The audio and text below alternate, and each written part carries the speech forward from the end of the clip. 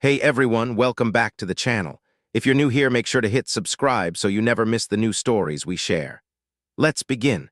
The contract was 17 pages long, and my hands trembled as I turned to the final clause.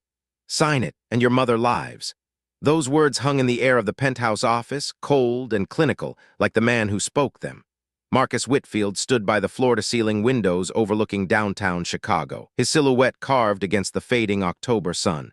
He didn't look at me. He never did, not really. I'm getting ahead of myself. Let me take you back to the beginning, to the moment everything shattered. 3 weeks earlier, I was standing in a hospital corridor in Springfield, Illinois, watching my mother sleep through a glass partition. The cancer had spread to her lymph nodes, stage 4. The doctor's words echoed in my skull like a death sentence. Without the experimental treatment, she has maybe 6 months. With it, there's a fighting chance. How much? I asked, though I already knew I couldn't afford it. $400,000. Insurance won't cover experimental protocols. I was 27 years old. I worked as a junior marketing analyst at a firm that paid me barely enough to cover rent on my studio apartment. My father had left when I was 9, and my mother raised me alone, working double shifts as a nurse until her own body betrayed her. She was all I had, and I was about to lose her. I spent the next week drowning in desperation. I maxed out credit cards. I called distant relatives who pretended not to remember me. I even considered things I'm ashamed to admit. And then, like some twisted miracle, the email arrived. It came from Whitfield Enterprises, the largest private equity firm in the Midwest. Marcus Whitfield himself requested a meeting. No explanation, no context, just an address, a time, and a single sentence. I have a proposition that may interest you. I should have been suspicious. I should have questioned why a billionaire would summon a nobody like me. But desperation makes you blind. It makes you walk into the lion's den with your eyes wide open, telling yourself the teeth aren't real. His office smelled like leather and old money. The receptionist offered me water in a crystal glass. I sat on a couch that probably cost more than my annual salary, waiting. When Marcus finally emerged, I understood why magazines called him intimidating. He was tall, with sharp cheekbones and eyes the color of storm clouds. 42 years old, according to the articles I'd frantically Googled the night before. Divorced once. No children, worth an estimated $3 billion. Madison Clark, he said, not as a greeting but as a confirmation, like he was checking a box. Mr. Whitfield. My voice came out steadier than I felt. You wanted to see me. I did. He sat across from me, crossing one leg over the other. I've been watching you for some time. A chill ran down my spine. Watching me. Your work, your ethics, the way you handled the Patterson account when your supervisor wanted you to falsify metrics, you refused. I remembered that day. I'd almost been fired. How do you know about that?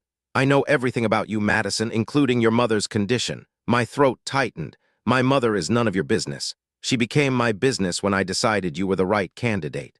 He leaned forward, and for the first time I noticed something beneath his cold exterior, a flicker of something almost human, almost desperate. I need a wife, Madison, temporarily, 12 months. In exchange, I'll pay for your mother's treatment in full. The room tilted. I gripped the armrest to steady myself. You're insane. Possibly. He didn't smile, but I'm also serious. I need to appear married for reasons I'm not prepared to discuss. You need money you'll never earn in your lifetime. This is a transaction. Clean, simple, no emotions required. Why me? You could have anyone, actresses, models, women who would actually want this. Precisely why I don't want them. He stood and walked to his desk, retrieving a leather folder. I need someone who won't fall in love with me, someone practical, someone with enough integrity that I can trust them to honor a contract and walk away when it ends. He handed me the folder. Inside was the contract. 17 pages of legal language detailing my obligations, my compensation, and the terms of our marriage. I would live in his penthouse. I would attend functions as his wife. I would share a bedroom but not a bed. There would be no physical intimacy, no real relationship, just a performance, and at the bottom of page 17, a clause that made my blood freeze. There will be moments during this arrangement where you will be tested. Your character, your ethics, your choices. Consider every situation carefully. Your compensation depends not just on completing the contract, but on how you complete it. What does this mean? I looked up at him. What kind of tests? Life tests, Madison, nothing staged, nothing artificial, but I will be watching and I will be evaluating. It felt wrong. Everything about it felt wrong, but I thought about my mother's face, pale against hospital sheets. I thought about the way she smiled at me even when the pain was unbearable, telling me everything would be okay. I signed the contract 3 days later. The wedding was a quiet ceremony at the Cook County Courthouse. I wore a simple white dress I bought at a consignment shop. Marcus wore a suit that cost more than everything I owned combined. There were no guests, no flowers, no vows beyond the legal minimum. When the officiant pronounced us husband and wife, Marcus looked at me with those cold gray eyes and said, "Welcome to your new life, Mrs. Whitfield." I moved into the penthouse that night. My bedroom was larger than my entire apartment, with a view of Lake Michigan that should have taken my breath away. Instead, I felt like a prisoner in a gilded cage. Marcus and I barely spoke those first weeks. He left for work before dawn and returned after midnight. We passed each other like ghosts, strangers sharing a space but nothing else. I tried to understand him. I watched him when he didn't know I was looking, the way his jaw tightened when he read certain emails. The first test came on a Tuesday morning in November. I was leaving the penthouse for my daily coffee run when I nearly collided with a woman in the lobby.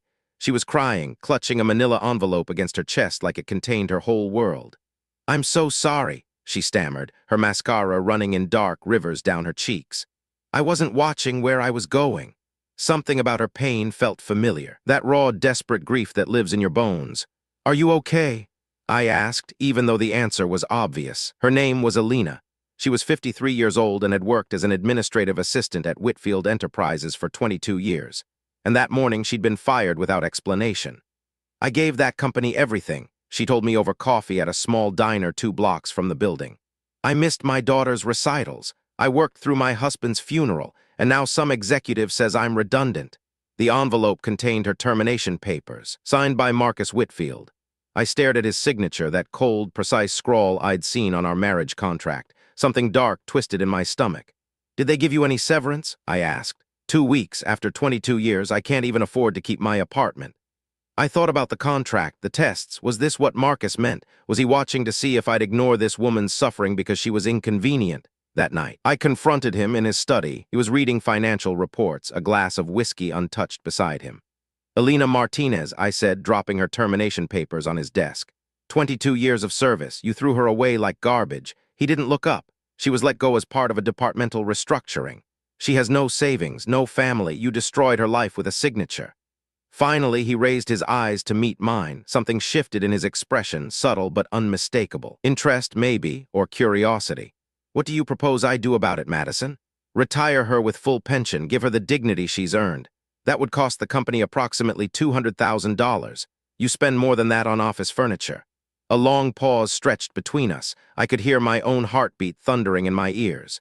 "If I do this," he said slowly, "it won't be because it's the right thing to do. It will be because you asked. And you'll owe me a favor. Is that a transaction you're willing to make?" I thought about Alina's tears, about her 22 years of sacrifice, about what kind of person I wanted to be. "Yes," I said, "I'll owe you." He signed the papers the next morning. Alina called me weeping with gratitude, and for the first time since signing that contract, I felt like myself again. But I couldn't shake the feeling that Marcus had been testing me, and I couldn't shake the way he'd looked at me when I'd agreed to owe him. Like I'd passed something, like I'd proven something he desperately needed to believe. The second test came in December, and it nearly destroyed me. We were at a charity gala at the Art Institute, surrounded by Chicago's wealthiest families. I wore a red gown Marcus had chosen for me, diamonds borrowed from a vault, a mask of happiness I'd perfected over the weeks. That's when I saw her. Victoria Hayes. Blonde, beautiful, dripping with old money and barely concealed malice.